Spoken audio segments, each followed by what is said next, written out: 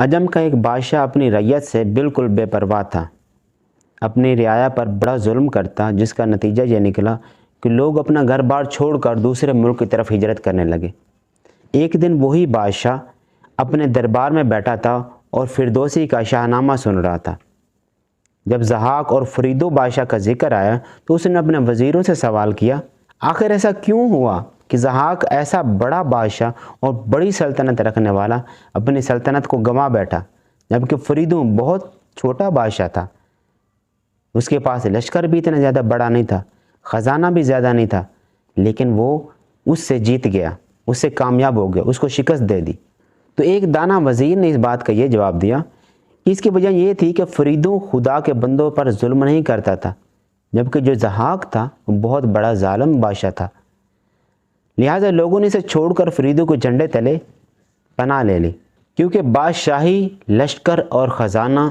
لوگوں کی مدد سے حاصل ہوتا ہے، اکیلا بادشاہ کچھ نہیں کر سکتا۔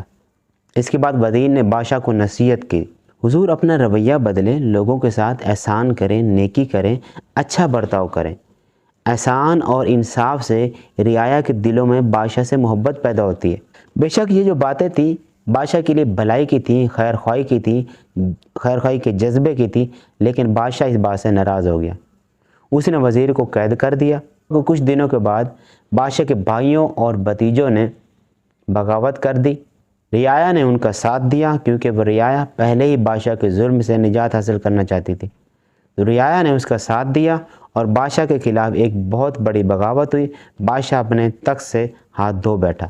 تو اس مثال سے ہمیں یہ اندازہ ہوتا ہے کہ ایک بادشاہ اپنے رعایا سے اچھا برتاؤ نہ کرنے کی وجہ سے اپنی پوری سلطنت اگر کھو بیٹھتا ہے نا، تو ہم اپنے گھر میں بھی اچھا برتاؤ نہ رکھنے کی وجہ سے اپنے گھر والوں کی محبت سے ہاتھ دھو بیٹھتے ہیں، اپنے بچوں کی محبت سے ہاتھ دھو بیٹھتے ہیں، اور اپنے عزیز و اقارب کی محبت سے ہاتھ دھو بیٹھتے ہیں۔ اگر ہم ان کے ساتھ اچھا سلوک نہیں کرتے، ان پر ظلم کرتے ہیں، ان پر طعن و تشنیع کرتے ہیں، ان پر کسی قسم کی اپنے آپ کے اندر بڑھائی پیدا کرتے ہیں، تو اس طرح سے ان کے دلوں میں کدورت پیدا ہو جاتی ہے اور وہ ہم سے دل ہی دل میں دور ہو جاتے ہیں۔ جب وہ دل ہی دل میں دور ہو جائیں گے تو ظاہری بات ہے جہاں سے ان کو دل کا سکون ملے گا وہ وہی جائیں گے،